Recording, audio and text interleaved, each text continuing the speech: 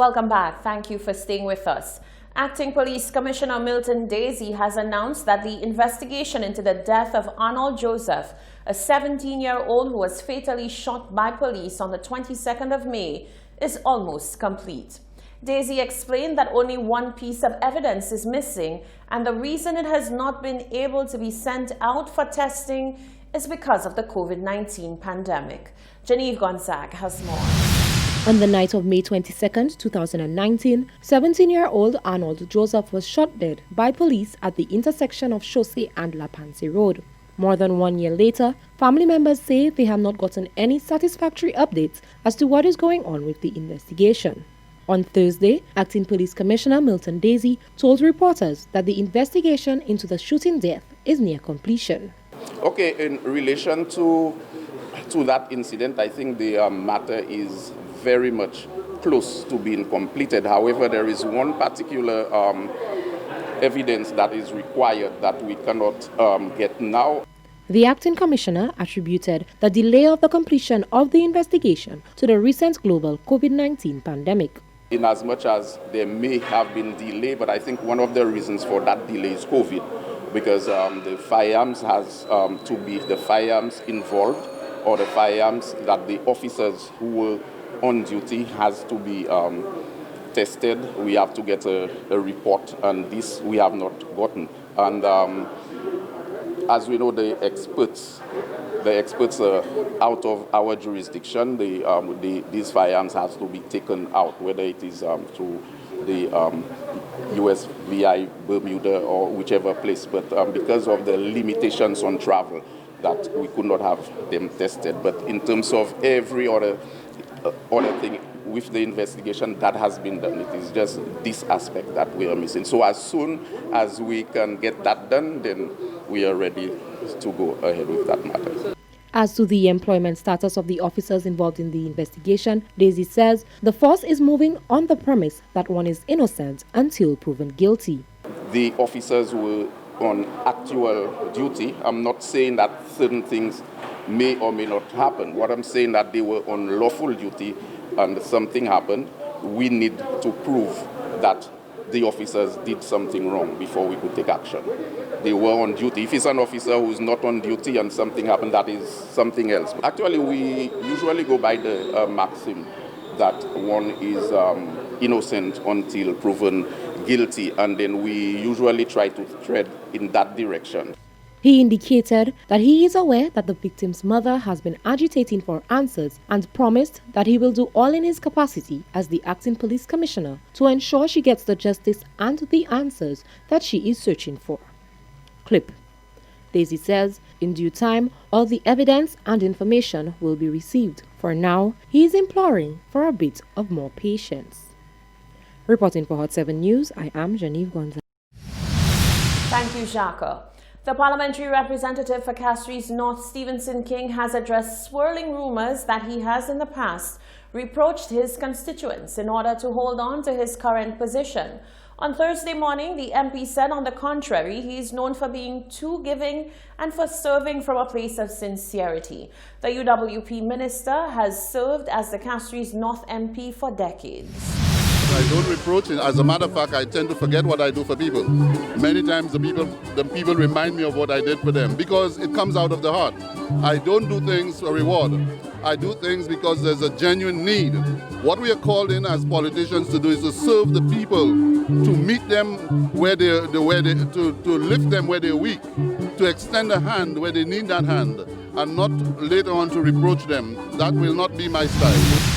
King, who also served as the island's prime minister from 2007 to 2011, has indicated that he fully intends to contest his seat in the next general election. He has also revealed that he is open to serving as prime minister again if given the chance to do so by the nation. The restaurant owned by Chef Robbie Skit sits in an idyllic location. However, the popular chef tells Hot 7 TV that he, like most in his field, has been hit extremely hard by the effects of COVID-19. Speaking on the slow reopening of the country, including Thursday's incoming flight from the US, Skeet says he is neither here nor there on the idea, since whilst he needs the incoming money, he is wary of the risks involved. He says worse still is the amount of time it will take to recover from the global pandemic. The arrival of the first group of tourists since the reopening of St. Lucia's borders has substantiated the reopening of the tourism sector.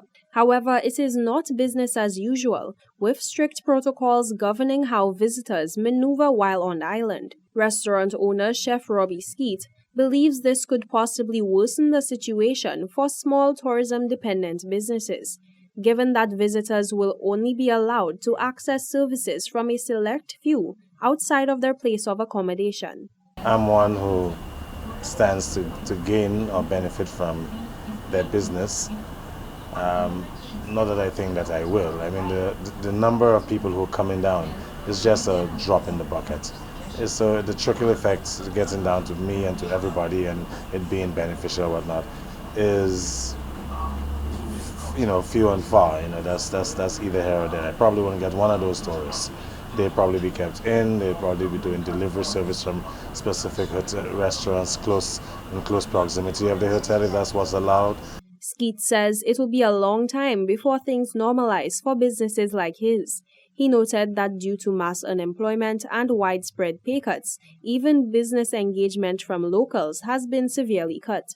Every socioeconomic bracket has been affected in some way or the other, and it's trickling down, affecting us also. Because the small man is unemployed, no money to come and spend to entertain themselves. Some of them are unemployed, no income coming in, so I lose that. The middle socioeconomic bracket people, they are concerned about their health issues and whatnot, and are being very careful and putting protocol into place and not going out eating anymore, dining, and probably doing the deliveries and maybe a few things and ordering out pizza and stuff and cooking at home and going to work with their food and that sort of thing. So we've lost that kind of business. I can very well envision a year and a half, 2 easily, to catch back on the losses that we've incurred and to get back to a semblance of normalcy. The business owner underscored, though prevailing circumstances are unfavorable at this time, it is necessary to safeguard the lives of St. Lucia's people. He says he will continue to adapt health protocols and anticipates St. Lucia's smooth transition out of the COVID-19 pandemic. Jacques Wooding, Hot 7 News.